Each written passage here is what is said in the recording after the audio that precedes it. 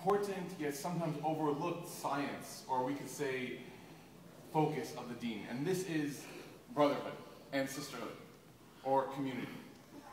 Imam Ghazali, he was talking about many different kinds of brotherhood, how the rewards of brotherhood, they give you Jannah. Literally, if you do something sincerely to please your brother without trying to please anyone else, only for the sake of Allah, there are many ahadith, as Sheikh Nasr can tell you, where the Prophet ﷺ and Allah subhanahu wa ta'ala, they promises you Jannah, just for simply being a good brother or a good sister to your fellow Muslim. But Imam Ghazali, he narrates a couple stories, and these stories give good lessons, and I swear this is only going to take 2 minutes. The first story is a story of a pious group of people. They lived in a city where they were very, very pious, and they were known to be very, very practicing. And everyone looked up to them. Everyone who knew that group of people, they were just so in awe of them. They said, wow, these people are really, really good, pious, religious people. Now, naturally, when people are very admired and when people are doing good things, jealousy sprouts. The seed of jealousy sprouts. So there's a group of evil people who say, you know what, I don't like the attention that those people are getting. So they start to spread rumors amongst the city about those people. The rumor grows into a giant accusation. And those group of pious people, that group of pious men, is brought in front of the judge because this accusation reached a level where they had to be sentenced or punished for this accusation. And so the judge, he gives them the accusation, or the verdict for the accusation, and it is death. They have to be executed. Now the people who started the accusation, the group of evil people, they're all celebrating, they're all happy. Finally, this group of people, they're getting all the attention. Finally, they're done. They're over with. But the group of pious people, they say, we'll take whatever Allah gives us.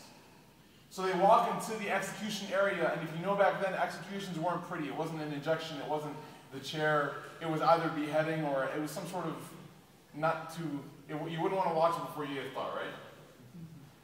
So they're standing in line ready to be executed, and one of the people, one of the pious men, he walks forward, and he says, I have one final request. And the judge says, what are you doing? Why are you okay? What's your request? Tell me what your request is.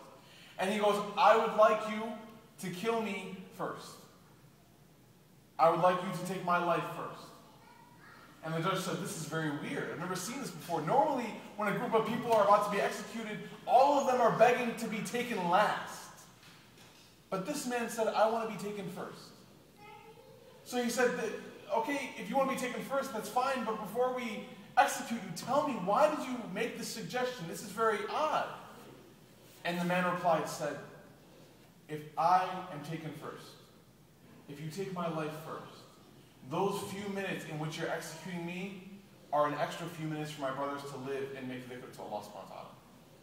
And so if I can give them that gift of a few minutes by just suggesting that I be the first person to be executed, that is all I want. And because of this, the judge said, he came to tears and he said, you're all free to go. Men who have character like this could not be guilty of the crime against you. Imam Ghazali, after this story, he talks about 3 stages of brotherhood and sisterhood. 3 stages of community, of loving one another for the sake of Allah. And he says the first stage is where the majority of people fall under. And that is the stage that you only help your brother or sister when you're in luxury, when you're in excess, when it doesn't hurt you to do so. You only help out someone when you have free time. You only give something when you have extra. You only do things. And this isn't bad. This is good because you realize you have extra, you have luxury, you have excess, and you use it to help others. This is noteworthy, this is admirable. But Imam Ghazali says this is the lowest of the levels of brotherhood and sisterhood. He goes, the second level is the level where you want to make sure that your brothers and sisters have the same things that you do. You can't deal with the fact knowing that you are so successful and you are living so comfortably, and that other people around the world, whether in Dallas, whether in the United States, whether in Pakistan, may Allah help them, you can't deal with the fact that those people are living less than you. And so you try to at least give them equal to what you have. And he said this is the second level. And then he gives the third level, which he said, the Sahaba, the companions of the Prophet ﷺ, these people, may Allah be pleased with them, reach this level. He said these men and women, these companions of the Prophet, they could not deal knowing that people could be less than them or even equal. Rather, they wanted them to have more than they did. They strove, they made effort to give and make people, give them better situations than they themselves even had. And we see numerous stories. And there's one final story that I want to narrate which expounds on this point. During the Khalifa of Abu Bakr radiallahu anhu, he was once leading Fajr. And obviously when you lead Fajr, the whole group of men in the community are there, and back then a lot of women used to come to Fajr too. So sisters, don't be afraid, you come to Fajr, inshallah. So Umar Khattab, he used to notice that very often, very frequently, right after Fajr, normally what do? We sit, we make dhikr, we wait until the shuruq time, then we pray, we wait till Ishraq, we pray, and then we go home. But Abu Bakr, sometimes he would leave before, he would leave right away. And so Umar Khattab says, this is very weird. Normally we sit, we make dhikr, sometimes we'll pray, some nawafil afterwards, and then we'll go. So one day he said, you know what, this is very weird, something must be wrong. I need to see what's going on.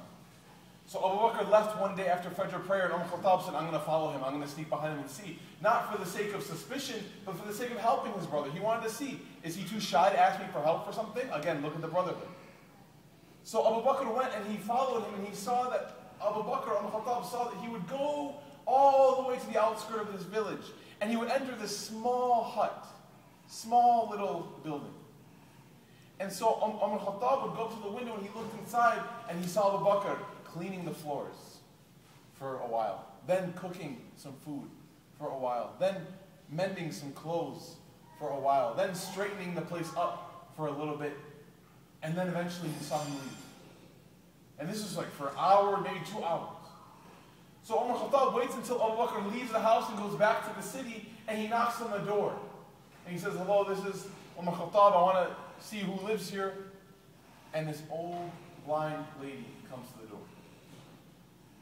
And he says, Ya Ummi, my mother, how are you? Do you know what is going on inside of your house?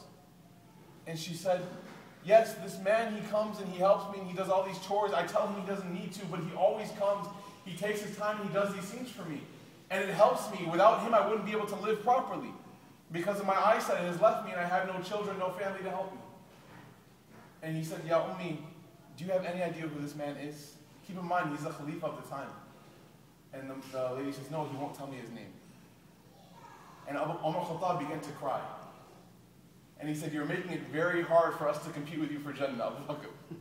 You're making it very difficult for us. So this spirit, this essence, this drive, this motivation to help one another, inshallah we can build on this. Just these few stories, take this lesson and begin in any way possible, not just financially, but with our dua, with our effort, with our motivation, with our time, with our energy, with our activities, begin to help one another, inshallah, in any way that we can, and strive to the level where we give even when we don't think we can, inshallah ta'ala. Jazakallah khair. Wassalamu alaikum.